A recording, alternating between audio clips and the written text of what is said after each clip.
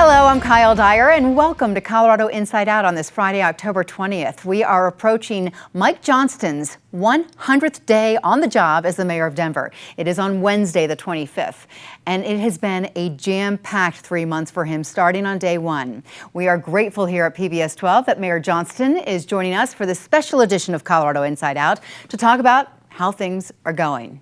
Mayor Johnston, welcome. Thank you so much for having me. I'm delighted to be here. The last time I saw you, you were candidate Johnston back in February when we had our forum over at the Botanic Gardens. So a lot's happened. How is it going for you? Yeah, it's definitely a different world than the last time we saw each other. But I love it. I love the job every single day. I feel very honored and blessed to get to do the work. You have the chance to work with amazing partners on very big problems. And I feel like there is a real clear sense that you can actually dramatically move the needle on these hard problems and make real progress. And so there is a lot to do, but it feels like a real great outcome for the work that we're doing right now. So I feel like just in watching you the last couple of weeks, you have had to focus on airport expansion plans. You've met with people at encampments. You've met with people who are going to have micro-communities move in. You've worked on hiring people. You've endorsed some DPS candidates. You're on every kind of facet of city government, and you have a family. I mean, it seems a little dizzying to me from an outsider. It is definitely, there's never a dull moment, and you never have the same challenge twice in the city. It's a complex range of issues, but I think what I love about it is a lot of those issues are interconnected, right? We know that our ability to help newcomer migrants that arrive be successfully integrated into the environment here is linked to our ability to help people that are unsheltered get access to housing, is linked to our ability to make sure that nurses and teachers and firefighters can access to housing, is linked to our ability to provide public safety all around the city. And so the nice thing is there are a lot of different problems, but they all interconnect. And so it feels like making progress on one makes progress on multiple. And so that's the exciting part. Back in February, when we were talking with you here at PBS 12 for our Human Eyes series, you were asked to give 3 words to describe Denver. And back then you said hopeful, vibrant, and concerned.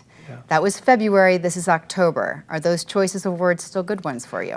I actually like those. I stand by those. I talked sometime on the campaign about this idea of, an old mentor of mine had said to me, when you're confronting hard problems, you have to look at both the truth of where you are and the hope of what's possible. And we know there are some hard truths in the city. The city does face some real challenges that were true when we started. We know that we had historically high crime rates the last several years. We know we have 1,500 people that are unhoused in the streets of the city every day. That's 300% more than we had 5 years ago.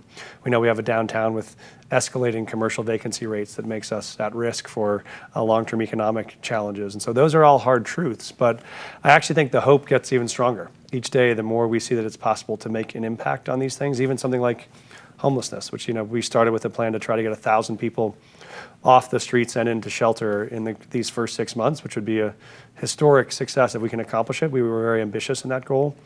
But we had a basic belief that if we offered people access to housing, we could resolve 2 problems at once. We could both get people that are unhoused off the streets and into housing, get the support they need, and we could close those encampments, keep them closed, and reactivate the public spaces of the city for everyone who wants to use them.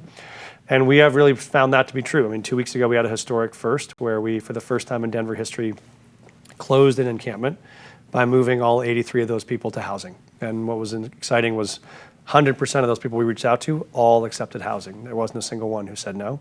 All of those folks are in housing, have stayed in housing now, and are successfully getting access to services.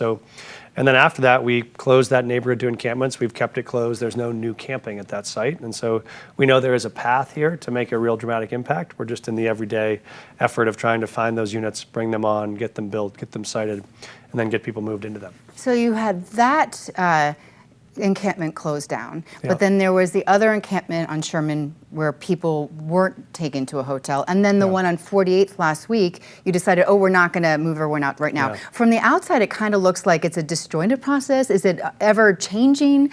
Yeah, so it's the basic math to solve is, the old process has been you just move encampments because you get to this place where they're unsafe, where there's a public health or safety risk, and people have to move them. But there was never a place for them to go before. Now with housing, we have places for them to go, but we don't have all the units online right now. Those were our first 80 units we opened. We have another 900 units to open, but those will take the next 30, 60 days to get there. And so the challenge is in the short term, we have had some encampments where we've had explosions or we've had shootings or we've had rat infestations where even though we don't yet have the units available to move people into housing, we have to, for public health and safety reasons, close or move those encampments. And so we've limited that to only places where we have public health risks, we have public safety risks, we have right-of-way infringements, or we have private property that people need to access. And so we've tried to reduce the number of cleanups we have to do, but there are still times if there's a public health or safety risk, we have to do that even before we get the housing units available. You mentioned the fires. There was a fire this week by Curtis Park, and one of our viewers, Marilyn, lives near Curtis Park, and she wants me to ask you, how is it going? How many people have been housed? And she said, because, Mayor, it appears that there are still many folks still living in encampments on the streets. And with the fires, I read Denver Fire Department says there have been 130 fires so far this year in encampment tents. Yeah, so we are making great progress. And also, for context, historically, when the city has tried to open one of these micro-communities, I think the first time they cited one, it took 3 years to site one micro-community with 40 units in it.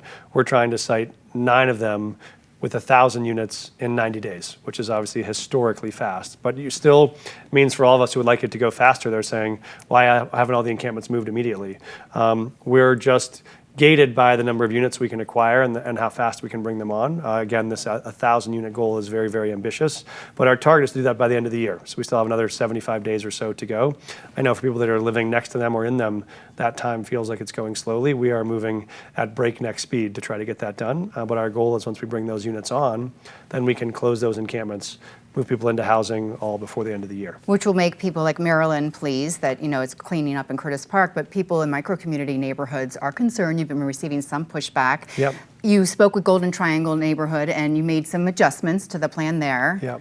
But the Santa Fe, which is the Santa Fe Drive, that micro-community is the first one that's going to be open. How soon? Because I know we just started work on that last week, or? Yeah, you're right. So I think this is and often I'll hear this in the same conversation. People will say to me, Mike, I'm really upset. Why are there people outside my house that are sleeping on the streets, that might be using drugs, that are, sleeping in front of someone's doorway or their business?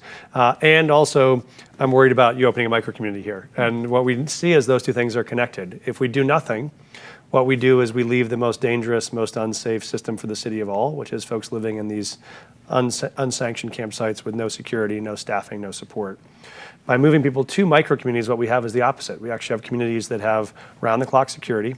They have mental health services, workforce training, addiction supports, and they are incredibly safe. They're among the safest places in the city when we do them right. Those micro-communities we have now, where we have sometimes, you mentioned the fires, we have often 6,000, 7,000, 8,000 911 calls a year to encampments in the city right now. They are the least safe place right now in the city for the residents living in the encampments and for the folks living around them. In the micro-community sites where we have around-the-clock staffing and support, one of the micro-communities we have here in Denver for the last year had only 3 calls in an entire year. That's lower than almost any apartment building in the city.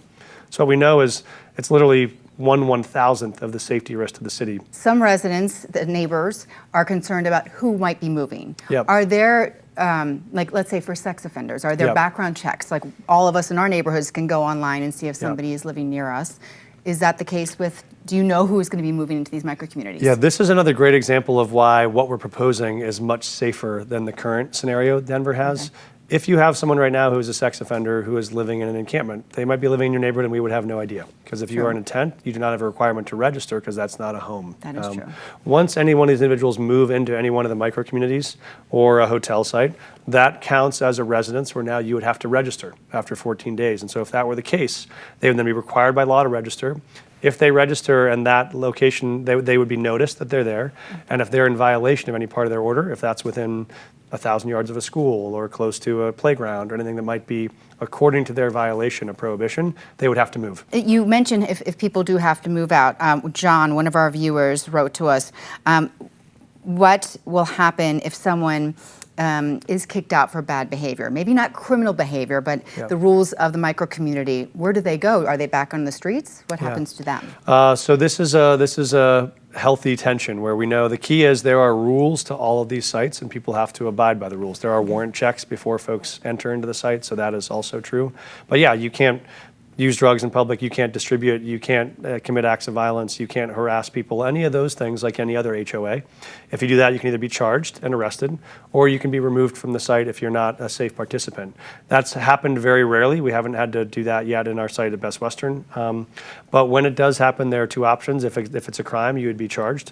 If it's a behavior violation, you can be removed, and you may have to go to either a congregate shelter, like a traditional shelter site is often the place, or we have some locations that we use people with higher acuity needs. If you have real mental health needs or profound addiction needs, we have places like the Solution Center that can provide inpatient support for mental health needs. And so we do have other options. Denver Health sometimes takes people that are highly acute with mental health needs or addiction-based needs. So we do have other options if they're that level of acuity. But what we know is these sites are very, very successful in meeting, call it 90% of the range of needs of mild, moderate addiction or substance use or mental health needs, which is the great part about them. Okay, and with the dashboard where people can go online, and Yes. every day I have noticed this week the number is ticking up of the amount of Yep. people who are housed.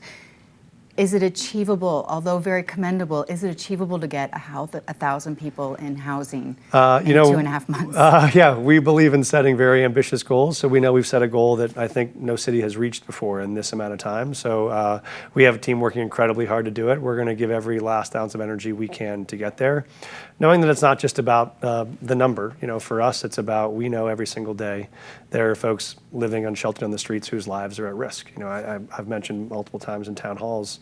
Just since I've taken the oath of office, we've had more than 40 Denverites who've died outside in the streets of this city. We never thought we'd raise our kids in a city where you say, yeah, baby, in our town, people just die outdoor on the streets every week, but that is what's currently happening. If, I'm thinking positive for Yes. the city, if we don't get to 1,000 or 1,000 more in the next year, do you already have a plan B?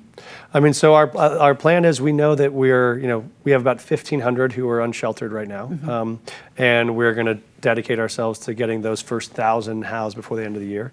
Then in our budget for 2024, we've set a plan to house another 1,000 in 2024 because we know, unfortunately, there are more and more folks entering homelessness each day. But we also have a plan to prevent people from entering homelessness in the first place. So we've put in a 500% expansion of the city's funding on rental assistance, which actually helps prevent people who are at risk of eviction from ever entering homelessness in the first place. If we don't reach 1,000, it won't be because the strategy isn't working. It'll just be because we need more units to bring on. We need more hotels, more leased units, more micro communities to build. And so we're going to keep pushing forward on those. We won't stop on that regardless. We know the strategy works. The only gating factor is getting the units up, getting them online, getting them ready to be occupied. And so that's where we're pushing hard right now. And at the same time, we have migrants coming here by the day after crossing the U.S.-Mexico border. And we've talked about how people who come to Denver are going elsewhere to meet up with family. Well, one of our viewers did write into us and said, what if people aren't here temporarily? Yeah. What happens to them? Because they have, it depends if it's a family or an individual, a certain amount of time they can stay in a shelter here. What happens to them then if they don't leave? Yeah, we're working very hard on this every day. I've spent time talking to the migrants that have arrived, and they all have the same first question, which is, I don't need any help. I don't want any charity. I just want to know where I can get a job. I want to work. I'm here to work. I've traveled 2,000-3,000 miles through scorching heat to get here. All I want is a chance to pursue the American dream and get a job. And I also get calls from CEOs and employers who will say, hey, I saw a bunch of migrants arrive today. Can I hire them? So what we have are folks here who want to work and employers who want to hire them. We have a federal government who said we can't do that. And so that's the problem we're trying to solve. I've met with Secretary Mayorkas, who's the head of Homeland Security, about this. Governor Polis and I pushed him hard to add more work authorization for folks that have arrived. We were very excited when a few weeks ago they offered temporary protective status to Venezuelans who arrived before July 31st. That's the largest population that's arriving here. They can now get access to work. That's a huge step forward. We want to do more. We want to be able to make sure the people that arrive can work. And even if you're here on an asylum claim, sometimes that can take 4 years to get that processed. So we want better and faster adjudication of asylum. We want more work authorization. We need more federal dollars to support. But if we can get people work authorization, they can be successful. If they can't, then unfortunately, even after we shelter people, they're off looking for a way to pay the rent or survive in a city where they can't work is very, very hard. You mentioned how you've been working on the budget. You just resent your revised budget to, to the City Council. And something has to be figured out in 3.5 weeks, the budget for the city does. You talked about affordable housing, and the eviction rate is going to go, they say, up to 12,000 come the end of the year. You haven't given as much money as the City Council would for that eviction relief. And I read in one of the articles is because you're concerned about, we don't know what this migrant situation is going to be looking like and how it's going to affect our city and our budget. Yeah, so there are things. I'm totally aligned with the City Council on how important this rental assistance effort is. What I think is unfortunate is, we have expanded the city's commitment by 500% on this number. So we did $3 million last year. We're doing $15 million this year, which is great. The challenge, which the City Council's worried about, and I'm worried about, is we had about $15 million of state and federal support last year on this that has gone away. And so that's where we're risking the gap from what we want to do. And so what I've committed to the City Council, and we're going to work with our state legislative delegation and federal delegation on, is we want to make this big expansion of our city commitment. And we want to really advocate at the state and federal level for more of that support to add to this preventative measure, because we do know it saves people's lives and it also prevents people from getting pushed into homelessness. But we have to also balance the budget. Unfortunately, we can't print dollars like the federal government can. And we do have a reserve, and this year what we're worried about is that reserve will be called on to do things like support crises like the migrant influx that we've had. The current case of that would grow dramatically over the next year. If we're at the same pace now we are for the next year, that'd be about a $100 million impact on our budget next year rather than the $20 million we've budgeted. So we both want to be strategic about all those things, and we also want to be cautious about how we make sure we have the reserves we need to solve crises that could be coming. And another crisis is the crime situation. Yes. Crime has grown throughout the metro area, but especially in Denver and downtown Denver. Yes. And a lot of our viewers have written in about what is your plan? And I know the plan is to add more police, but that takes time. In the meantime, we had, shootings last weekend. Unfortunately, there'll probably be more coming the days ahead. And a lot of them are unsolved, and a lot of families are heartbroken. This is one where we have to face the hard truths. The hard truths of the city are that we had historically high levels of crime in 2022, highest we've seen in 20 years of violent crime, property crime, drug crime. That is true. That's why we've taken historic efforts to address that. That's why we have proposed putting 167 more officers onto the street through our cadet classes. That will be the largest increase in about 20 years. But we've also focused on how we have the right responder to respond to the right issue at the right time. As someone who's done a lot of work in mental health and education in my life, there are a lot of times where if you have someone in a mental health crisis or at risk of substance misuse, the right responder is not a police officer. It's actually much better to be a STAR program responder. That we've expanded that program. Our co-responder program, which is a mental health worker and an officer deployed together. So we do want to expand that. It also is why, Kyle, it ties, all these pieces tie together. Right now when we look at our homelessness challenge, in downtown Denver, where we're sitting today, 60% of the calls that we could get in downtown Denver on a given day are often to encampments. That means officers are spending a great deal of time responding to those situations, which make them less available to respond to other more significant needs. And we're going to specifically work on then how we activate all of the downtown neighborhoods that have had dense encampments for a long period of time. We announced the program to do a grant program to invite artists and nonprofits and small businesses to come to downtown and activate different parts of the city, whether you want to bring a ballet troupe or your Shakespeare on the sidewalk, or you want to come do a pop-up bakery. We want to be able to help activate those streets so they're not just free of encampments, they're actually full of life and full of joy, because for us the opposite of crime is not safety, it's joy. And what we want back is that feeling in the city. Joy, absolutely. But there's a lot of frustration among existing businesses who are like, help. Like, that's great. We want to reinvigorate downtown with some cultural experiences or whatever events. But one viewer, Matthew, was saying, I'm looking at my bottom line. Do I need to hire private security because my customers and my employees are afraid to go out into our parking lot because he has had people come in who are maybe mentally not aware, use his parking lot as a restroom, or doing drugs, and when they call police, the police are overtaxed. So you hear from businesses like, okay, we don't have as many people coming here. People who are coming here are afraid about what's happening around them. Yeah, I completely empathize with that because I was the CEO of a business in downtown for 3 years before I ran for mayor, and I had that same experience in Union Station where we had our own private security that we did have that felt unsafe to even keep the building safe because the risks were so high. We're working on how we can help support those businesses in the short term to make sure they are financially sustainable and supportive while we're getting folks that are unhoused into housing. We know businesses are struggling in the moment, particularly struggling with the impact of encampments.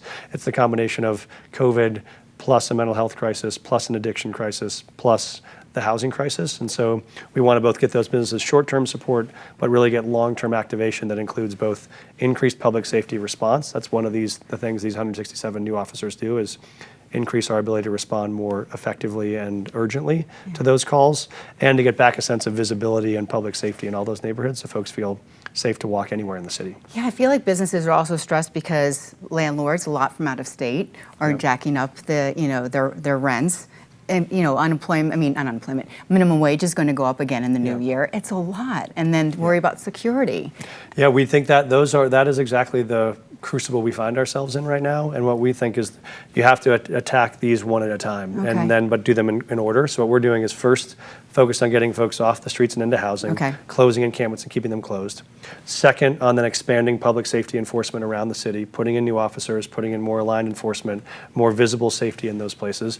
We will then step in on how we support those people with the most acute mental health and addiction needs. And unfortunately, those folks are the ones committing the most crimes and speak out of their addiction need. And so we'll intervene with those individuals and help get them into treatment, both inpatient and outpatient treatment, as a key intervention in addition to housing. And then we focus on the economic reactivation of the downtown and the neighborhoods. But we think you have to do all of those in sequence. Right now, if we try to get one of those landlords or one of those businesses to re-up on a 3-year lease right now, and they don't feel safe for their employees to work in downtown, they're not going to re-up on that lease. We have to both get folks access to housing, increase public safety, support and intervene on those folks that have mental health and addiction needs, and revive the city with stimulation and support so that then all of those things work in concert. I think if you do all those together, you get a dramatically revived city center. And December is such a big time for downtown Denver. So many people come into Denver to celebrate the holiday season, to see the parade, to go out to dinner and Christmas parties. So it's a big time. And I know, is it 2025 now the 16th Street Mall will be finished? That is the final timeline, yes. That was not a project I started, but I inherited it, and we are pushing to make sure we finish it on time, on budget, as quickly as possible. The convention center will be finished in the first part of 2024, so that will be done, which is great. That activates a lot more convention business. And we're working to activate 16th Street Mall in the short term. What we know is this will be a real gem when it's back open. We have to push hard to get through that stage, and that's why reactivating the rest of the surrounding neighborhoods is going to be so important. You must look through a crystal ball to see what Denver's going to look like in a couple of years. I mean, that's the part that gives me so much hope, is when you think about what it's going to mean to have all the construction done at DIA, so you have actually smooth, easy access to security. You land safely in a beautifully remodeled Great Hall. That's still a long way away. That's still a long way away, but we do have those new security lines open up in 2024, so you'll now have expedited security process. You think about a completed 16th Street Mall, a completed convention center. You think about all of downtown where folks that were previously unhoused are now in housing. You have activated businesses. You have people that are back in person, and you have no one that has to sleep on the streets in downtown Denver. There would be no city in America like that. It's a lot of work to get from here to there, but we see a vision of what's possible that is inspiring in the midst of the hard times. In the meantime, it is tough. And education in DPS is tough right now as well. Yes. There's a lot going on, and you have chosen to endorse some candidates, which isn't odd for a mayor to do, candidates running for the DPS school board. Why did you decide to get involved in that race? Yeah, you know, when I was on the campaign trail, it was often the second or third issue I'd hear every night in people's living rooms around the city, as they were really concerned and worried about the path of DPS, and they wanted to make sure we could not get back a great city without a great school district. I agree with that. And I think part of that challenge was that they felt like there was a board that was not fully functioning the way that it could, and they wanted to see people that had both experience and expertise and community voice and were really collaborative problem solvers, because I think that is, I don't manage the school district, I don't run it. I'm a voter who gets to vote on a school board members, and I am a parent who has concerns. And so for me, I had said I would step into these races. I have stepped in because I think these races are important, and I think there are really great candidates who have a chance to help support the district's work long term and get a really close partnership with the city and the school district, and I'm excited to see them succeed. As a former educator, though, you have a lot of insight into it, and you have chosen candidates who are considered reform candidates, perhaps not what the teachers union was looking forward to. So it's kind of a different viewpoint that you're putting out there. I think this is more a matter of candidates that have experience, and like the candidates I've endorsed have more than 65 years of education experience in this city and this state. They're people that have led schools, led districts, led classrooms, and delivered real results. I think this is really about what I hear about is about, can we deliver public safety in our schools? Can we get great school leadership? Can we feel like we're going to have responsive feedback to parents when they have it? These are not big structural questions. They're fundamental customer service questions, and they're the core ingredients of things that people care the most about, like public safety. So I view these as really experienced, pragmatic leaders who can run a very complex and large organization. That's what this job is. This is not one where for ideologues or for advocacy. It's one for governance, and I think we're looking for people who can actually govern. So I worked very closely with teachers unions on a number of issues, including housing, including homelessness, including public safety. They're key allies on a lot of these issues. I think we'll both be excited to partner together, whatever happens on the other side of this election. But I view this as really not a question of what your political ideology on education is. It's what your demonstrated record is of accomplishment on solving hard problems and being a practitioner. It is so vital. It is so vital to improve DPS. When I moved here 20 some odd years ago, it was amazing school district. Like you wanted to get into DPS schools. You know, you wanted your kids to go there, and there's just been a disarray over the years. It's just not the same, and it matters. Our kids' future is depending on this. It is the single most important driver for our long-term economic success and our long-term success of our city. Is this has to be a place where you want to raise kids. It has to be a place where those kids grow up and want to stay and live in the city and contribute to this city.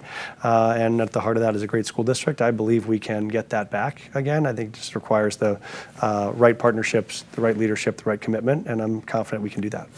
We've talked about a lot going forward, but we received a couple of emails from people who have lived here for decades and lived here for a long time, and understand that you have a lot of issues to deal with right now. But back in the 80s and 90s, Denver was a beautiful city, and there were a lot of people talk about the parks were great, and there wasn't trash on the streets. And they really care about, you know, how our city looks and attractiveness. In '97, we had the Summit of the Eight, World Economic Summit.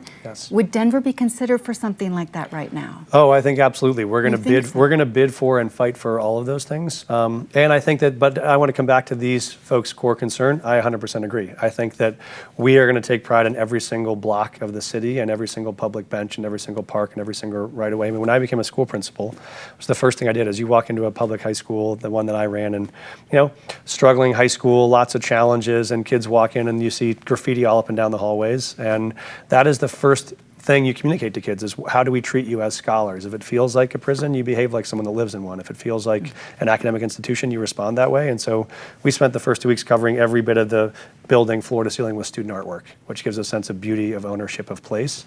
We have to have that same sense of care for every block of the city, because that's what we communicate not just to our residents, to our visitors, to our family members. And so I think, yes, it does matter. I pick up trash from on the street every day because it's our city. And my dad used to say, if it's your home, it's always your trash. This is our home. And so we have a real commitment to making sure it feels like a home we're proud of.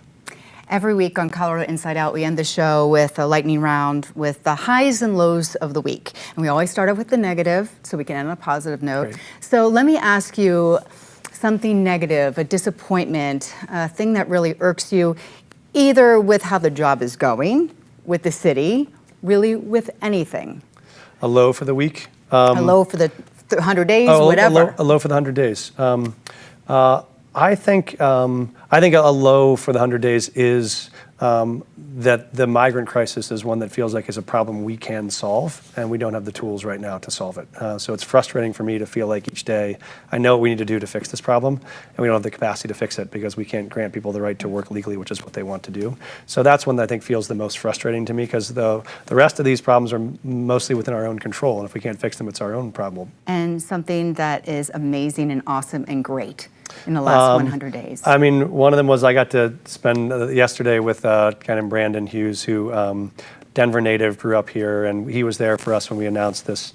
The White House came to announce a partnership with the city as one of the model cities for how we can take on homelessness. But Brandon was one of the people who was living in an encampment in this city when I took office, struggling for years, and he was one of those people who we were able to house when we closed the encampment on 8th and Logan and moved him to Best Western. And he's now in a training, getting his CDL. He's on a path to get a job. He's back up on his feet. He feels like he's on top of the world. He said it's the nicest place he's lived in a long, long time, and he feels a real sense of hope, and he's been treated with dignity at every turn, and he has a sense of optimism and possibility.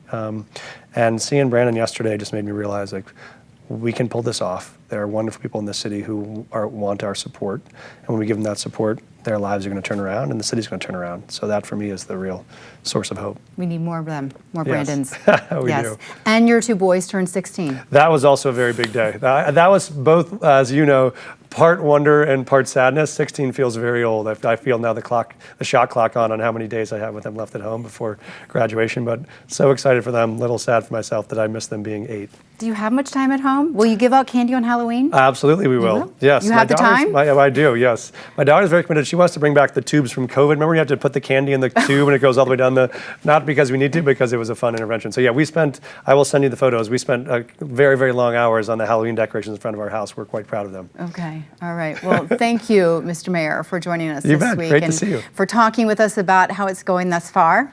We'll check in every 100 days. No, just I kidding. would look forward to it. All right, thank you so much. And thank you all for watching this week on the special edition of Colorado Inside Out. Not only can you watch it on our YouTube page again and share with your friends, but also we have a podcast which you can hear on Spotify. So share with friends. We all need to know what is going on in our city to feel connected and to make it better. So thank you for your time. I'm Kyle Dyer. I will see you next week here on PBS 12.